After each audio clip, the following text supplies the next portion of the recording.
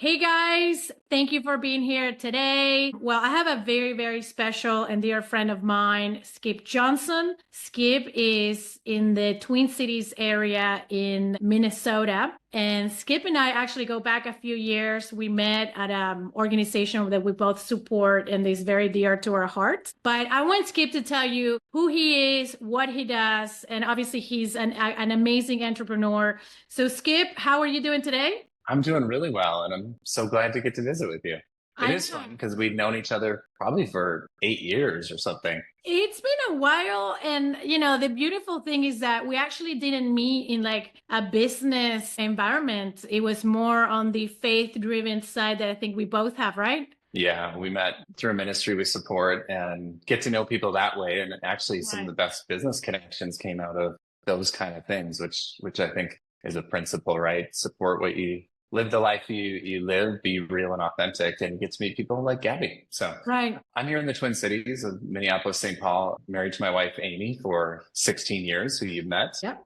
We've got three beautiful daughters. I got a 14-year-old, almost 12, and 9. And we're in a busy but fun season that way. And yeah, I get to actually help entrepreneurs now navigate some of the growth journey. I do some real estate investing. I'm a member in a partner in a private equity real estate fund. So we invest in multifamily and apartment buildings, but a lot of my passion is growing businesses. And maybe there's a few things we can share that's what not to do because Right. I've got a few of the scars to prove it from when we grew a pretty fast growing company and exited a few years back.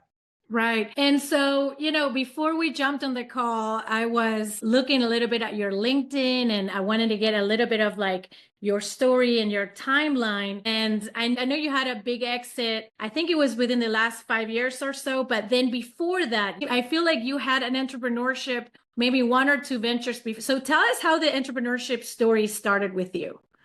Yeah, I mean, I didn't know that I wanted to be a business owner, but as a pretty young kid, I'm actually, my parents were teachers. So I grew up in a small town in northern Minnesota. We didn't have tremendous resources, but as a good student, I liked to do things like I put money in the stock market when I was like seventh grade. My grandpa was an entrepreneur, a few aunts and uncles, and I loved to sit around and hear their stories, like the deal they did or the property they bought or the business they were investing in. And so I was naturally drawn to that. I didn't have the word entrepreneur as like, you mean you can just be a person who's going to own a business? That's a thing. So I went more the white collar route, went to school for architecture. And I think at some point realized I imagined pitching my idea in a boardroom more than I imagined the day to day of architecture. Right. And so how I got started is at some point I got a sales opportunity in college and I realized when you can sell, it can open other doors and suddenly that's a transferable skill. So I don't know, we started a small business where I recruited some reps for a, telecom company and I had a little team. I had a window cleaning and home services business for a handful of years, which I sold to some friends, and it was fun. I mean, we just picked a niche, and it kind of was like a side hobby that ended up having some team members. But I got recruited into the financial services world around 2009. And some of those same maybe skills that a good architect would do, ask good Right. questions, understand the client's dreams, and problem solve. Like I just started doing that with finances and we called ourselves retirement planning architects. Like we were helping people Awesome. design their ideal financial future in retirement. And that was our primary company. That's super cool. So you go from like window cleaning and the sales to financial, two completely different areas, right? And I've actually heard people I've heard different opinions as to, should you be passionate about the business or the subject matter, or should we be passionate about growing? Because, they're two different areas. I mean, obviously you were successful at both. So what's the magic? Is it that you should be passionate about the industry you're in, or you should be passionate about maybe the growth aspect, the client acquisition, the scaling? What's the trick? Yeah.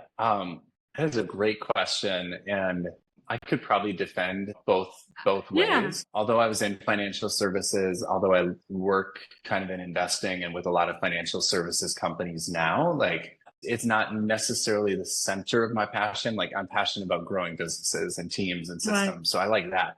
But you probably have to find a why. So I'd think of like Jim Collins, his hedgehog principle is what are you passionate about? Right. What can you be the best in the world at? And what can get you paid? Or the Japanese call it ikigai. It's a concept where you find an overlap. And so, when I look back now with the benefit of hindsight, I also was naturally gifted in finances and financial services. I do enjoy it and it was intellectually stimulating, but I feel like I could just as easily and am an entrepreneur in other spaces as Right. well. But find out where your interest is drawn to. Don't just go, I don't know. I mean, you're going to be bored if you don't have some passion, at least Right. for it, I'd say. Something in the process. I mean, and we see, entrepreneurs pair up and, one person is the one that is the subject matter expert. The other person, maybe like the operator, the architect. So that's really cool because people feel like I hear so many people say, well, you should love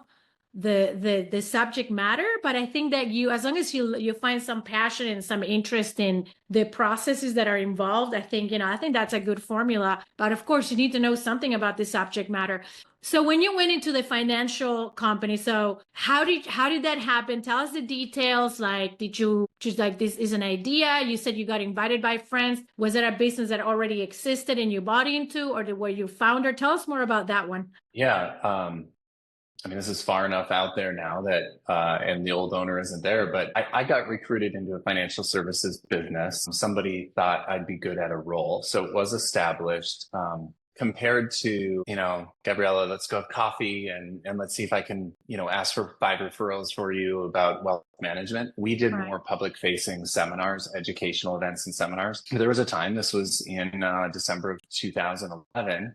I did well in that role. I did great in the role. I was a young guy making 6 figures and having a lot of fun, thriving, learning. Got invited on a top producer trip, in the industry. And I found out that the owner of the company was lying to me. Oh Like my gosh. I found out that the comp grid or the commissions, like what he put and what was the truth were 2 different things. Oh my gosh. And I was emotionally done. Oh my God. And frankly, I was 26, 27. I mean, fairly young, whatever the age was. And it was like, well, I maybe we can do this on our own. I hope we don't have the big name behind us. And my wife I met some other people in the business who were just kind of willing to open up and mentor me Right. and share how they built it. And I was a sponge and maybe young enough to not know what I didn't know, and had a few other smart people that we made that leap together. And so December 2012, I mean, 2 people and an assistant to, 60, 70 people, not that many years later on our team with multiple offices. So that was the leap, was not a grandiose plan. Right. I think at first I just hoped I could make and pay my bills with a young family, and it went pretty well. Well, awesome. How's that? Great grand vision. No, Yeah. just hoped I could pay my bills. Yeah. I feel like so many people would be, from the hurt of being cheated on, or the hurt of somebody saying one thing and doing something else. So many people will say, well, this isn't for me. Maybe it's not meant, but you said, this is not going to stop me. And this is a pattern we see, right? Like entrepreneurs, people with that drive, it doesn't matter how you get hit, you get back up. And I've said these almost literal same words in a previous podcast that we recorded. You just have to get back up and reinvent. Yeah. Right? Yeah. Yeah, I think, I posted this once on LinkedIn, but I said, don't tell me that it can't be done. Like entrepreneurs don't say, like, they don't take that for no for an answer. They're like, how can we do it? Right. How can I make this happen? That kind of position, because you're going to run into a million roadblocks. Like we run into them all the time. Launch a fund, do this. Don't tell me no. Tell me what must happen or how could I? Like how. That's the problem solving that helps, grow and create businesses.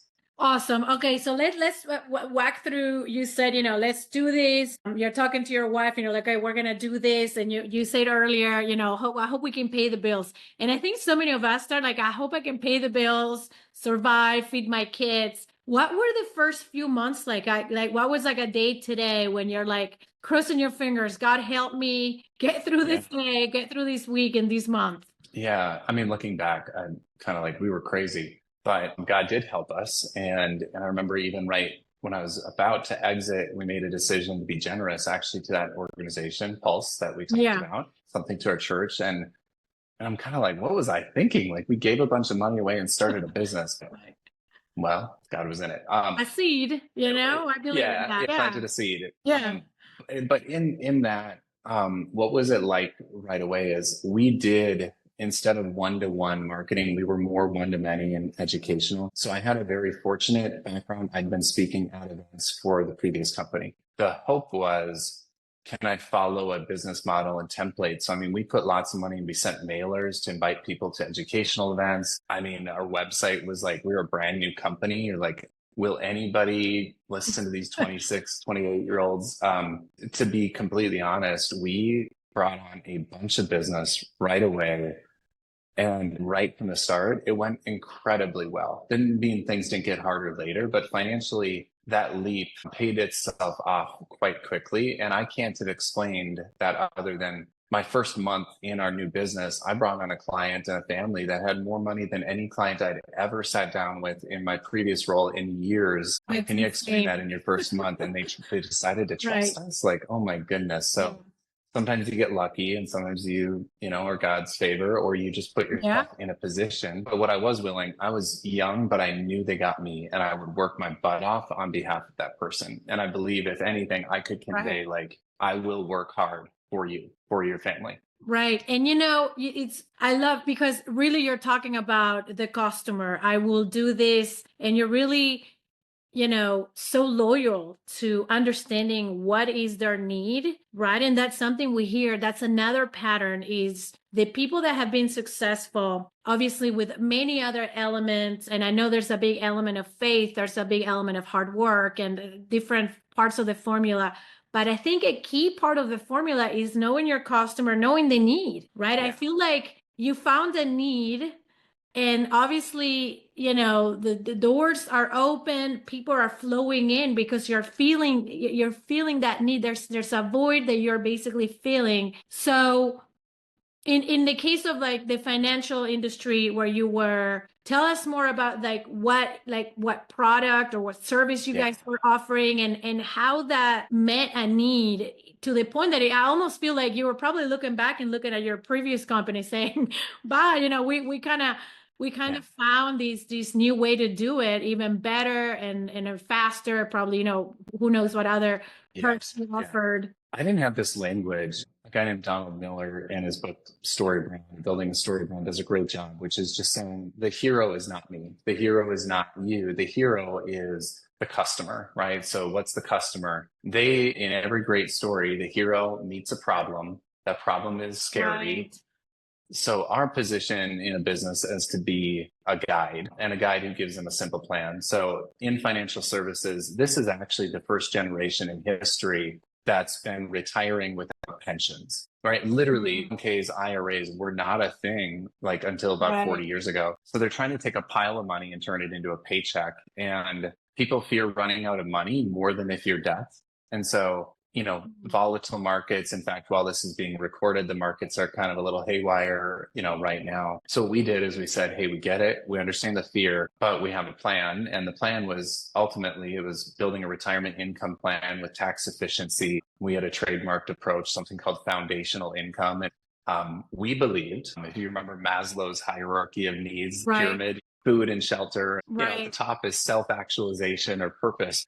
We were like, let's make sure that people's basic needs are taken care of with safer, boring, consistent sources of income. My belief is that will make people a better investor on the rest so that they're more likely to stick through the ups and downs because they're like, honey, I know we're good. We're going to be okay. We're not going to run out. So we just really niched in on helping people retire and do what we call live greatly. Like, how do they live a great retirement? If their needs are taken care of, now they start thinking future, giving, legacy, fun, family, travel, generosity. That's so much more fun than being scared. And nobody's ever retired and said, I want to watch more daytime television. Like they retire and they have dreams. We just about helping them navigate and build a plan to reach the dreams.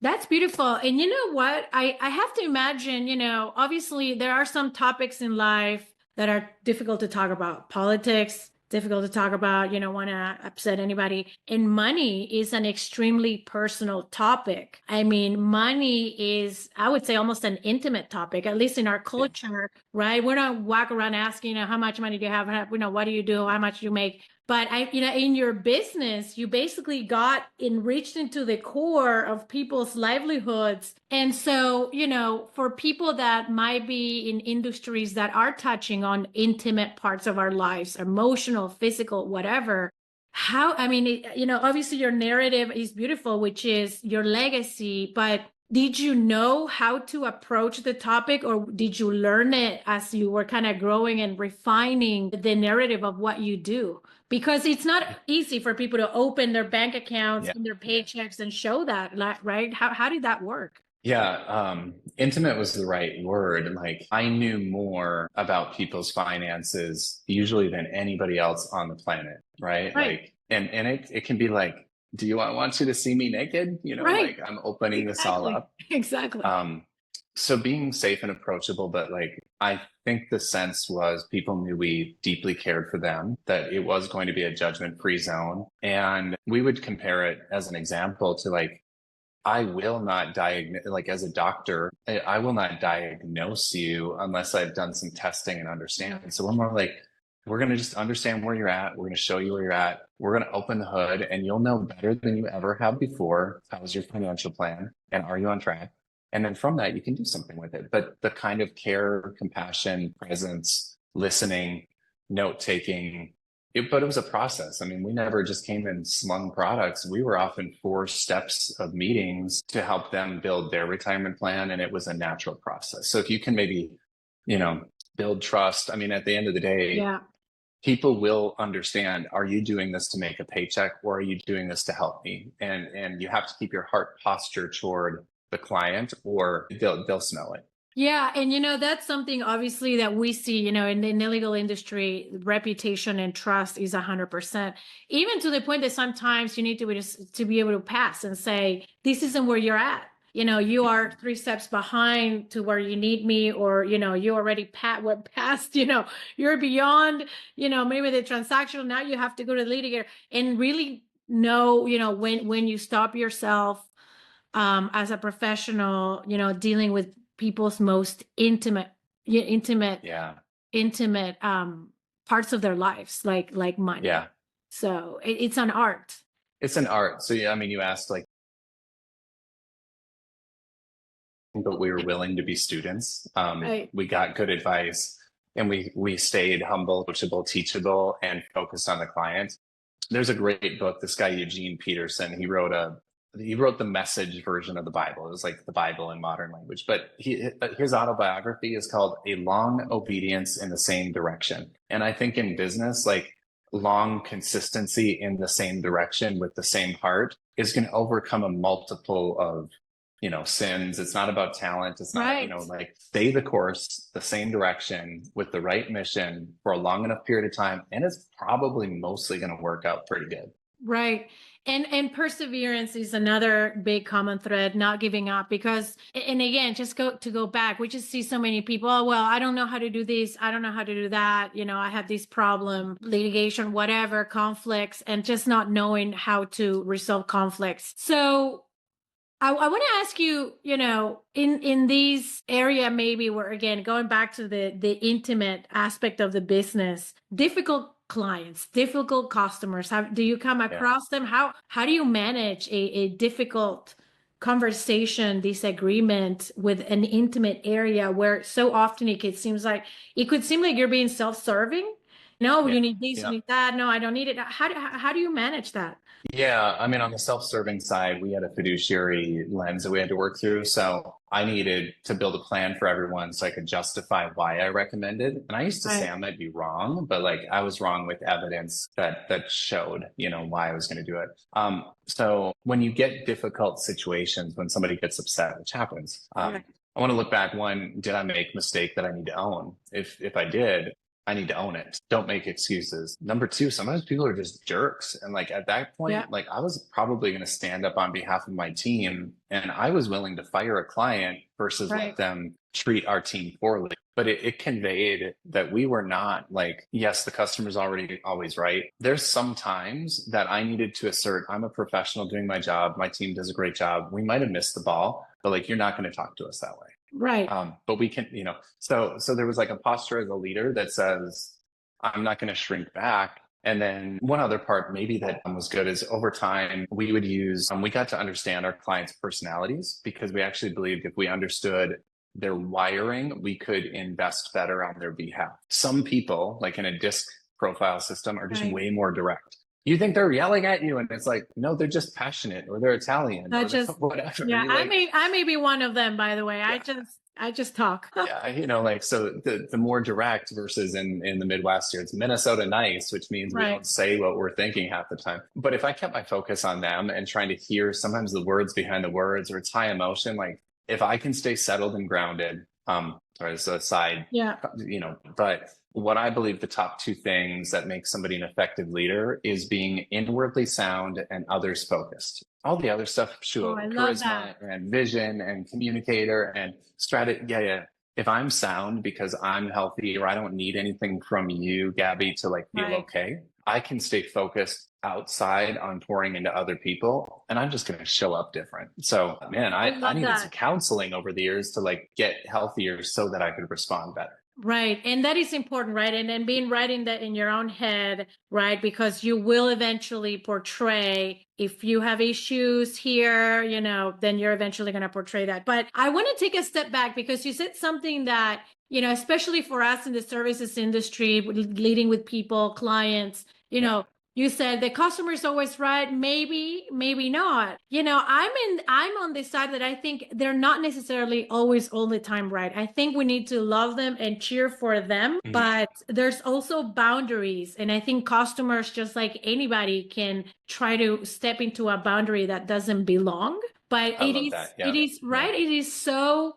again, it's another piece of this artistic. I think being in business is almost like art. And it's another piece of this art that we all create in our lives as business owners, entrepreneurs, creators, which is our mindset, but also our customers' mindset. Like, did you ever come across customers or clients that you felt like maybe on the emotional side, you were more mature emotionally, reactively, and you're like, maybe we're not, you know what I mean? Like, they're being too raw in not the most positive way, and maybe we're not the best match. And sometimes we're not the best match. So what have you had experiences with that?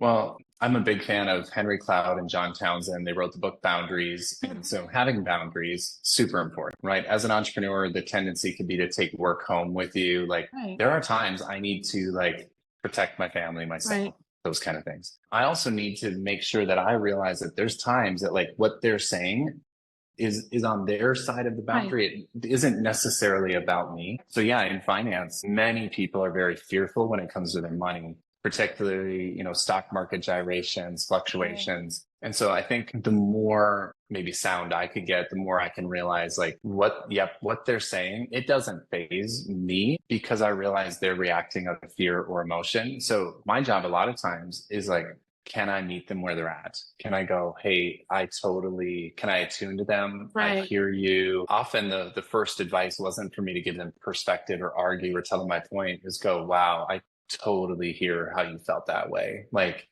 wow, I can really hear how we didn't get back to you at that time. Like, I'm really sorry. And I can diffuse things. And then it might be like, and hey, you sent the email at like 11 p.m. on a Friday and I'm talking to you on Monday morning. Like we don't respond on weekends. Like I want my family to have the weekend, or my team to have the weekend off.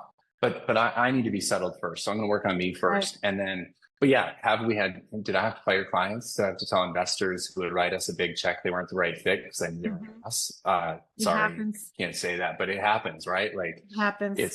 It's like, we also, part of that was in onboarding. We would offer a 2-step process with our clients or prospective clients, discovery and analysis meeting. They didn't engage. We didn't engage. We said, this is no cost or obligation for you. We need to find out if, you need to decide, are we the right fit for you? And we need to decide, do we think we're the right fit? Both. Like the more I could also value myself as an entrepreneur and not diminish, like, yeah, it's a service-based business, but my service is valuable and I want to Exactly. work with people that I want to work with. Exactly. I hope when I look at the phone, I go, Steve, how you doing? June, how Exactly. are you? Yes, other Totally. than Yeah. they're It's, calling. you need to enjoy life. First of all, I Yeah, mean, obviously all of us have our bills and our things to do, but at the end of the day, we're here to live a good life. I think, yeah, I yeah, firmly believe in that we can, because I feel like in corporate America and all, big corporate, small corporate, there's this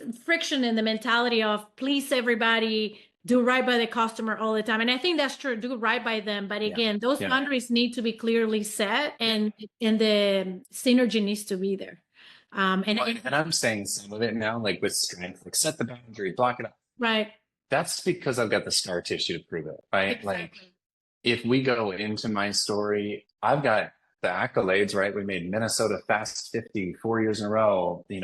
I owned a business that was as fast as the eighth fastest growing company in the state and Inc. 500 and best That's places to work. amazing. And wow, all that. Right. And Amy and the girls were getting the leftovers. And there were times that I was like pretty late at night going, oh, babe, I got to take this call. Hey, I have to fly here. I have to, and her going, what do you mean you have to? Like, don't Right. we own the business? And Right. so my lack of boundaries cost me dearly within my marriage for years. Hmm. And I'm now in this like defiantly, I would say you can grow a great business without blowing up your marriage. You can grow a great business Yes, without burning out. You can absolutely. grow a great business and be at your kids' events, but you must decide what you're going to prioritize and the rest you're going to build around that. Don't let your core values slip. And that's some of the pain that I now live from is how do I do it the right way?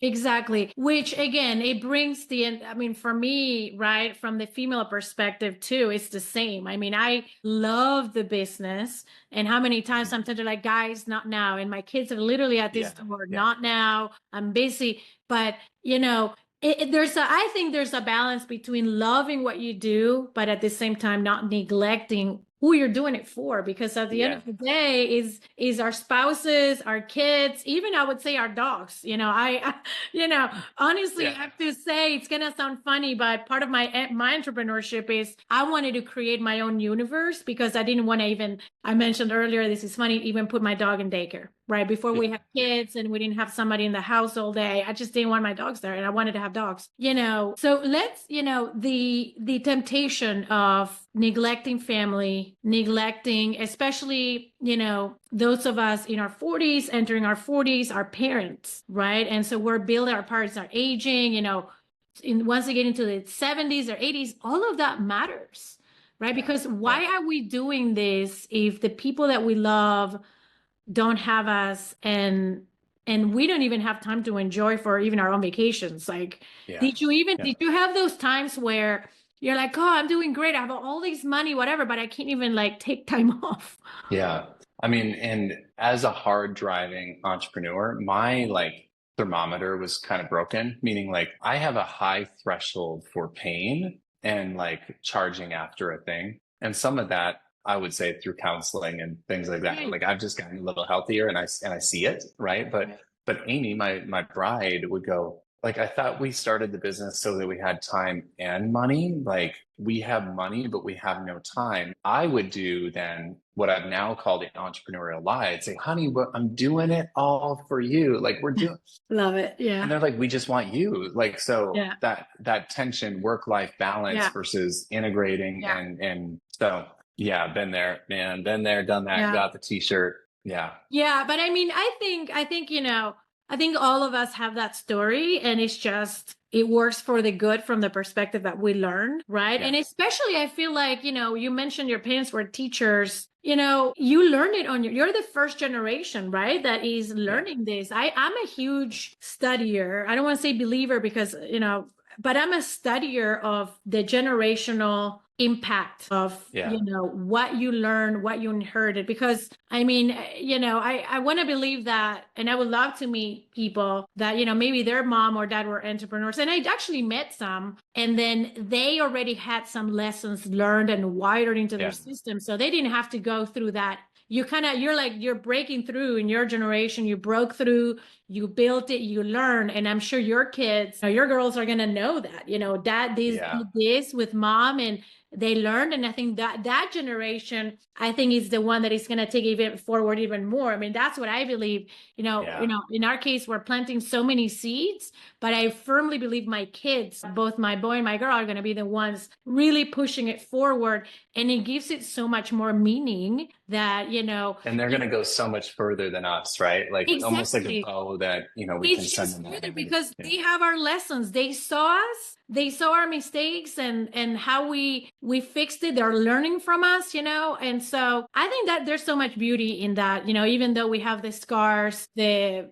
whatever, all of us got therapy. I did my own time doing that. And I think it's an ongoing working in Yeah. your mindset. That's beautiful. Okay, so I mean, I'm loving all the things that we're talking about. So let's go to the scale, right? Like you Yeah. guys, Yeah. clearly we talked the floods of clients. One client that had a bigger net worth than all the other clients together. What's the scaling process? Like hiring your first employee, then moving up the ladder in terms of, you mentioned the Inc. 5000. Those are huge milestones for any founder that is starting literally from scratch. So let's talk about scale, hiring, some of that. Yeah. Yeah. Scaling ended up being an intentional decision, but it was a reaction to a painful time. Okay. Okay. So when we started and a couple other people from our old firm joined, it was kind of like Skip was the financial advisor and we had a team and a brand, but really it was like Skip's show and so and so and so and so. And we had a key employee, really liked the guy, very talented, very sharp, but we made a classic mistake. Instead of delegating, we would dump. Basically, I dumped everything I didn't want to do on him. Yeah. And he was fabulous at the job. But the reality was we weren't building a company. It was more just like he quit actually shortly after he got a nice raise. We thought he's happy and quit in the exit interview. I'm like, what gives? You have this great opportunity. He's like, this is not a real business. Skip, you're successful and so you're successful, but like this isn't a company. And I was so angry, but he was right. And what I realized is we weren't growing a company. I was growing a little advisory practice. It was basically like a little, and so we realized what would it take? And, it's scary as heck to lose the key person who knew how to do all the things, right? So you make the decisions I need to start systemizing stuff. Who can we specialize and can we find people? It turns out I was dumping or delegating stuff to a guy who also didn't want to do that. Right. What I've come to acknowledge now is like, I have a strength and there are other people that have weaknesses and strengths that fit. Like, I hate doing this. There are other people that love doing this. So can we build right people, right seat? We started doing quarterly offsites, kind of a, traction-esque EOS type, so getting out of the business to work on the business. And then another thing I recommend a lot now is, can you find a coach or a facilitator who can let you and your leadership team be on the same side of the table, ask the hard questions, because otherwise it's arguing. You almost can't understate the value of somebody going, so this. Those kind of things helped us come together to move together instead of all independently. So I love that. That was the impetus. And especially in our culture, like you mentioned, also in Texas, where I'm at, not my personal background being from Argentina, we're very direct, but in the culture where I live now, which I absolutely love, which is we don't tend to say things the way they are. And I think part of what, I love about, when I do lots of deals and I actually go to the point, like, guys, we're talking about this. Let's just say what color, what shape it is. And that's the issue. That's my specialty, just calling things. But in our culture, businesses need facilitators because we are a culture that needs help bringing up the contentions, the issues, the friction. It's not easy to talk about those, but those things are important aspects of any business. We need to have friction and ideas pulling from different directions and then pick the best of everything. And not only, solve any potential issues, dispute, but also continue to guide us. So talk a little bit more. So you brought facilitators. What do they do for people that maybe don't have a facilitator, never work with a coach? What do these people do? Yeah, I would say the front end, get clear about what you want to build. Okay. So, we're talking most likely on this podcast to people that are thinking about exiting someday. They're At thinking some about point. building something saleable. But there's a decision you need to make. Do I want to build a fun business, kind of a lifestyle business, or do I want to get it like to kind of this predictable success, scalable business? And it's a decision. One's a decision to stay small lifestyle, and one is the only way that you're going to grow to a fully scalable type business is systems and teams, and it's got to be bigger than you. Like, Right. so getting clear on, where are we at? Where are we starting on the map? Okay, what are the places? Like, where do we want to head? Are you all in agreement that you want to head that way? What are the core values we want to live out? And values are not just like something I'm going to stick up on a wall. Right. Practiced properly, core values are confrontational. They're my number one thing for hiring, firing, managing, holding accountable. Basically, for telling somebody, I interviewed somebody earlier today and shared the core values. And it's kind of like, do you want to opt into this or not? Right. That filtering process. So the facilitator often is going to get you clear on where you at, where do you want to go, and then just regularly having the help. Somebody, I love what you said. Like, let's just talk about the thing. Like, this is an issue. Yes. I say in the way. Like, if it's going to get in the way, let's get it in the way. Like, can we address it? Yeah, yeah. Like in the video game, they go around, the cars racing, go above. No, you gotta go head on, and you need to open it and address it and look at it and talk about it, call it its name, all of that. I love that. Yeah. And we do a lot of deals, and I think that's what people like is that we talk about the issues. We don't like walk around them. We need to call them out.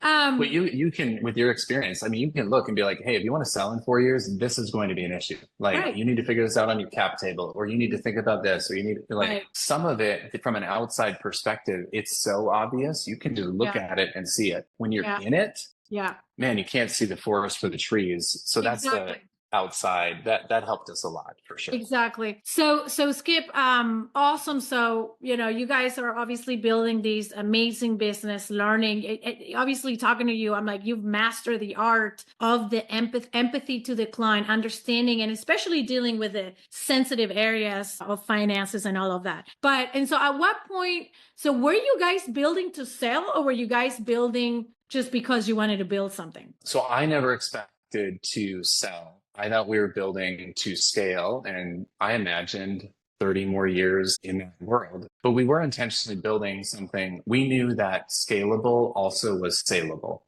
right? Meaning a business that was bigger than me. Evaluation probably did a lot for my ego because I was pretty unhealthy in that. But it also meant that we were building something at value meant we were probably doing something right. So we did think that way.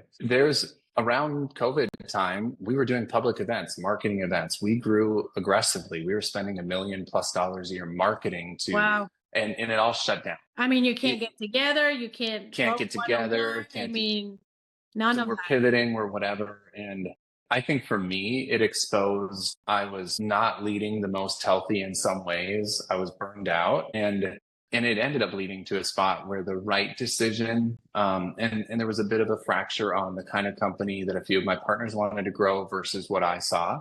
And that's okay. It just sort of meant at some point that there was going to be a decision, right. Them or me or whatever. And we felt in our journey that the Lord was inviting us to a new chapter. And so I didn't sell to a big, outside PE firm. Myself and one other person, we sold internally to the other partners and founders, and they're still running a great business. It's just not exactly the business that I wanted to grow. Right.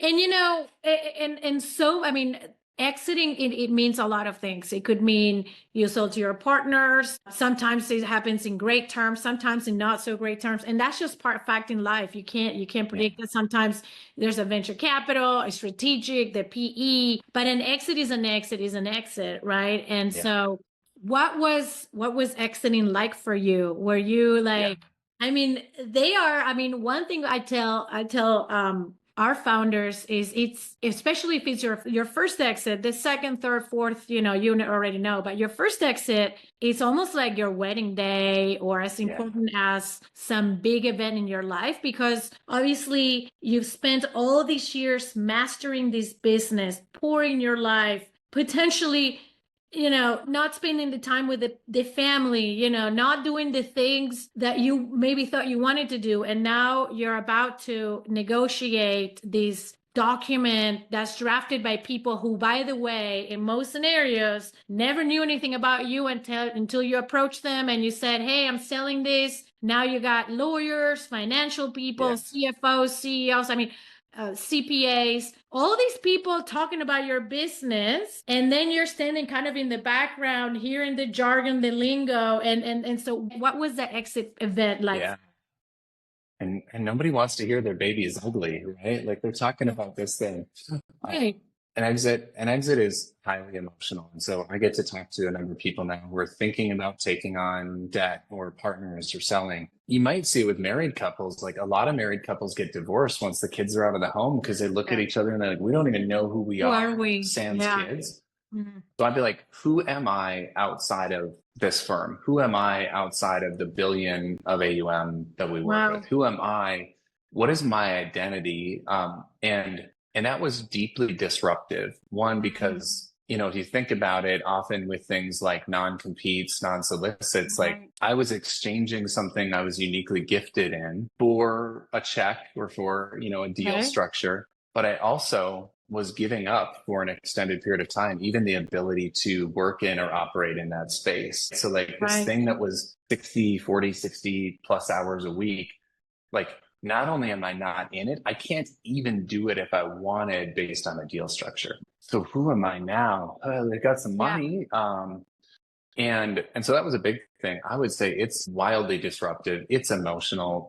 I care deeply for the people I sold to, but we're not as close as we once were, right? When we're working, arm in arm, like, and maybe even in that, like one thing that if I look back would have been helpful, we hired an outside firm to do evaluation.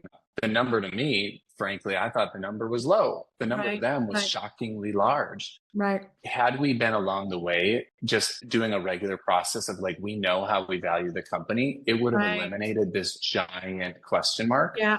And I think that would have been an interesting thing that could have helped a little bit. Just like, could we have had a disciplined approach to this so that the only thing we're talking about is deal structure and timing and things like that. And I would say even because you said you weren't really thinking about, you thought you were going to be here for 30 years, but even then you should be doing those regular checkups. Like we're huge on check on the pulse, check on the health of your business, understand where it's at, because you honestly never know. Because the other thing I tell people is, okay, let's say, you may, an exit could also mean that something happens to you. Like, and then who keeps all the things with technically your spouse, your kids, like, so not, exiting could happen really kind of like any day because we know we don't have anything, right? So tomorrow, right? you can't. So absolutely. And another thing, we all thought we had reasonable documents done, buy-sell agreement, whatnot.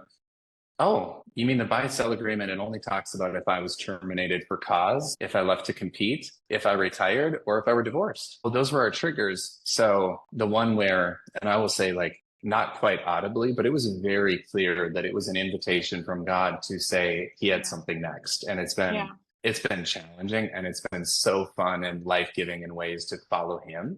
But like that transaction wasn't covered. We didn't know until nearly we're like getting to the end of the deal that like, oh, this deal structure isn't it. And then things renege and it's an interesting, process, but like know what you have somebody like, your firm's help to be prepared. It would have been a much simpler, better process and probably some relationships would be more intact today with that clarity. And I'm sad about that. If I were to be like vulnerable here on screen and go, I miss some of those relationships that just are different when two people get on opposite sides of a transaction. And that's kind of a bummer. Right. And, what an important point. And it really comes down to having those pulse checks throughout. But and then I want to say again, it's not just the finance and the legal, the relationship, especially these days and having that vulnerability, having that conversations with our partners and saying, this is where I'm at, where are you at? And having, ultimately it comes down to the trust, in my view, the trust level. And there's always the aspect of not being too greedy, because greed will drive us apart. A whole theory about that, we can talk about it offline, but the aspect of greediness in business is so big and so important to keep that your heart really in check. So okay, so it sounds, Skip, that you really had, an exit. Like, we see them all the time, and they're all emotional for different ways, for these different reasons. But the new chapter, right? So one day you're signing the paper, the next day you probably have some money in your account. You may have some personal crisis. And I think that's normal to be like, who am I? Where's that thing I was building? What are they going to do to it? And what's going to happen? What was like the next day, the next few weeks? What was that like for you? And where are you at now? Yeah. I feel actually some of the emotion rising, and whatever, we're just going to go for it. I'll tell you exactly what it was like. Yeah. I was actually in Italy with my wife on her 40th birthday trip when the transaction closed. Wow. And that day I drank way too much wine, and my wife and I got in an argument because we didn't realize that it was actually, I looked at my bank account, I pulled it up, and we were having a glass of wine on a porch on the Amalfi Coast. And it was like, wow, there's the amount. Later, we're at dinner, and we got in probably one of the worst arguments of our life. Wow. And we're great, celebrated 16 years, life's good. And this is a while back, but like what it did is somehow there was so much emotion in that. Even the question mark of like, who am I now that I'm not this? Yeah. And you were young. I mean, this is a few years already ago. So you were in your mid-30s. Probably 36 or something. Yeah. The one, don't find your identity in your work. And then the question is like, I was like, okay, I have the world in front of me. I remember coming back, getting into therapy, but I called my mom and I was like, Mom, do you have any pictures of me when I was a little kid? And I was just trying to be like, who was I before I became this hyper driven? You said it well, and maybe you already pegged me, Gabby, but I didn't grow up with money, but I did grow up with where academics, athletics, performance was praised. So I grew up kind of poor, but performance was praised. Those were probably my two drivers that I thought, if I do these two things, I will then be accepted, not rejected. And what I didn't know all the time is that some of my success, unbelievable success in business, probably came out of a motivation that was driven by pain or by scarcity. So when some of those things are solved, I reeled a little bit and got to work through it. And I mean, the beauty of an exit, the beauty of a runway was having some time to just focus on becoming the kind of man that I want to be, the dad that I want to be, the husband that I want to be, and who am I? And I mean, we had some investments we did and got to lead some retreats. And out of that has grown this passion for like, one, helping people navigate some of these things, like with tailwinds, and like, two, we lead a lot of these, retreats, that are not like a money maker. It's just like helping people get clear and become. Here's the question I ask, and I know it's not all a Christian audience, but who did God intend when he intended me? Like, if I believe that I was created specifically and amazingly and perfectly for something, I'm on a discovery to be like, one, how do I become who that is? Yes. What's the thing? So anyway, there was the real. I love it. I got drunk and got in an argument,